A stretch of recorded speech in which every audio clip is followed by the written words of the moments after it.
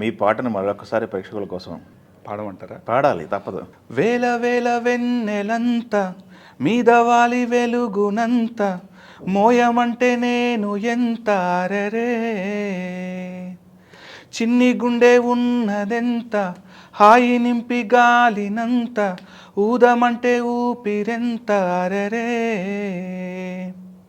కళ్ళు రెండు పుస్తకాలు భాషలేని అక్షరాలు చూపులోనే అర్థమయ్యే అన్ని మాటలు, ముందు లేని ఆనవాలు లేనిపోని కారణాలు కొత్త కొత్త ఓనమాలు ఎన్ని మాయలు, కథలెన్నో చెప్పారు కవితల్ని రాశారు కాలాలు దాటారు యుద్ధాలు చేశారు ప్రేమలో తప్పు లేదు ప్రేమలో, కథలెన్నో చెప్పారు కవితల్ని రాశారు కాలాలు దాటారు యుద్ధాలు చేశారు ప్రేమలో తప్పు లేదు ప్రేమలో,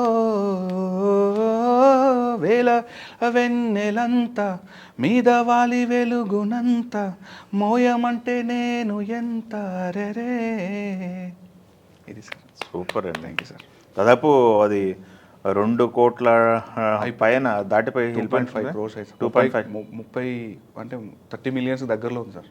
ఉంది. ఇవాళకో రేపటికి అయిపోతుంది. మామూలు విషయం కాదు ఇది, ఎందుకంటే రిలీజ్ అయిన తక్కువ టైంలో ఇంత ఫీట్ని రావడం అనేది.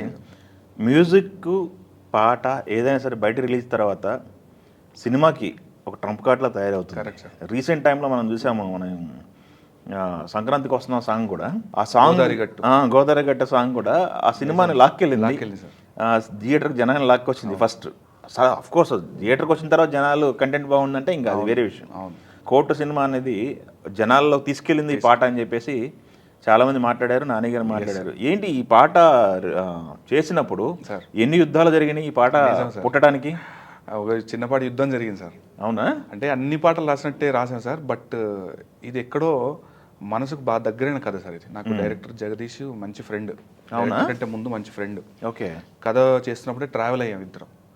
డలిగిందులో ఒక అద్భుతమైన తెలుగు పాట ఇద్దాం, తెలుగు పాటే ఇవ్వాలి, అందరికి తెలిసిన పాట, తెలుగులో పాడుకునే పాట, అందరు హమ్ చేసుకునే పాట, ఎప్పటికీ గుర్తుండిపోయే పాట, ఇలా ఒక చెక్ లిస్ట్ పెట్టుకొని ప్రిపేర్ చేశాను సార్.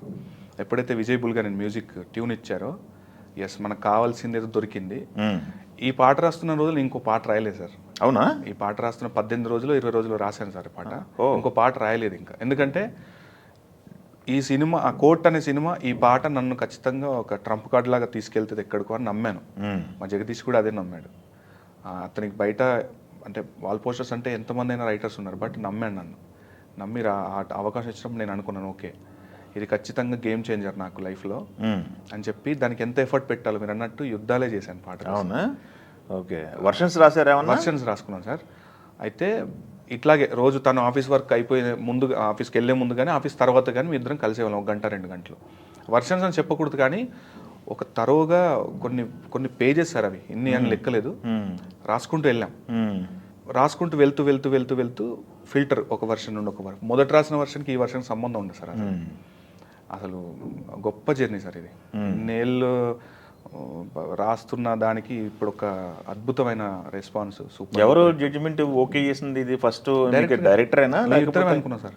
అంటే కాంప్రమైజ్ అవ్వద్దు, ఈ పదం ఇక్కడ ఫిట్ ఇన్ అవ్వట్లేదు అంటే వద్దు, అసలు కాంప్రమైజ్ వద్దు. ఇంకా ఈ పదం ఇప్పుడు ఆకాశం తాకాలి అని ఉందా, నాతోరా చూపిస్తా ఆసరదా, నేలంతా చుట్టేసే వీలుందా, ఏముంది ప్రేమిస్తే సరిపోదా, ఇలా శాస్త్రి గారి అప్రోచ్లో, సీతారామ శాస్త్రి గారి పాటలు వింటూ పెరిగిన వాళ్ళం, ఆయన ప్రభావం చాలా ఉన్నవాడిని నేను.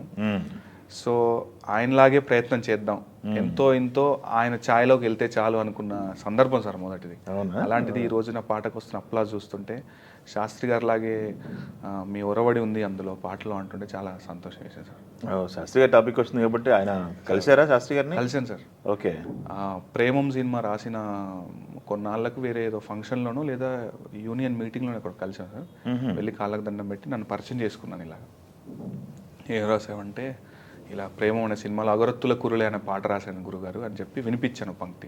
శభాష్ అని భుజం తట్టి, పాటలో అన్ని మాటలు ఇలా రాయగలుగుతానంటే నువ్వు కంటిన్యూ అవ్వు.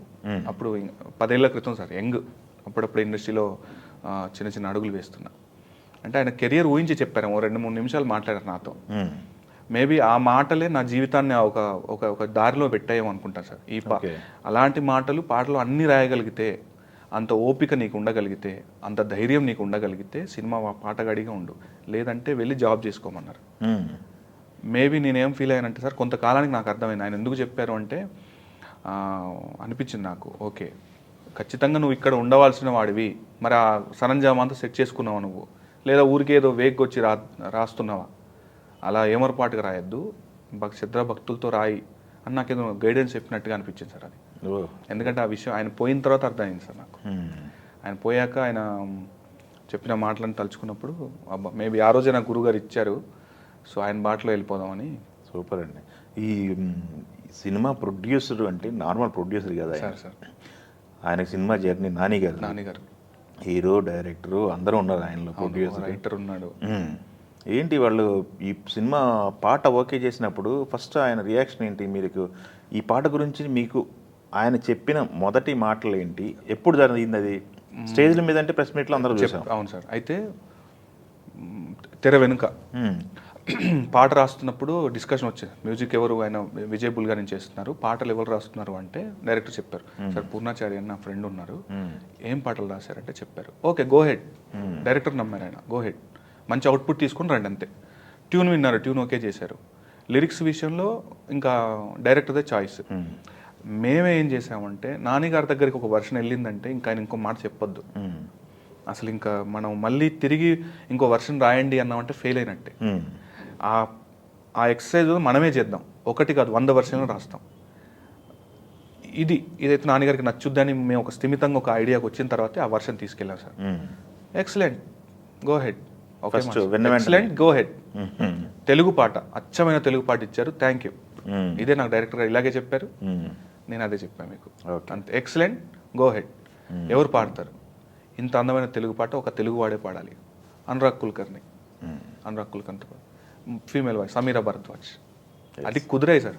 అంటే అంటాం కదా ఆల్ టుగెదర్ పిక్చరేషన్ కూడా, పిక్చరేషన్ అన్ని డాట్స్ కుదిరినట్టుగా కుదిరింది సార్ పాట. ఎన్నిసార్లు చూసారు ఇప్పుడు సినిమా? 3 సార్లు చూసాను సార్. 3 సార్లు చూసి ఇంకా చూడాలనిపిస్తుంది. ఇంకా నా పాట చూసుకుంటే స్టేజ్ మీద వాళ్ళు విజిల్స్, పాట ఇలా మొదలవుతుంది అనగానే విజిల్స్ సార్. ఒక సినిమా పాట రచయితగా అంతకంటే ఇంకా భాగ్యం లేదు సార్. నేను ఎక్కడో నేను ఎవరికి తెలియదు, నన్ను ఎవరు గుర్తుపట్టాడు, నాకు ఆ కాన్ఫిడెంట్ ఉంది. ఎక్కడో మూల కూర్చొని అలా సరదాగా చూస్తూ ఉంటూ వాళ్ళతో పాటు నేను అలా ఎంజాయ్ చేస్తూ తరోగా ఎంజాయ్ చేసిన మూమెంట్ సార్ అది. ఏం విజిల్స్ సార్, ఏం అప్లాస్ సార్ అది. అంతే, ఇదే కోరుకున్నాను.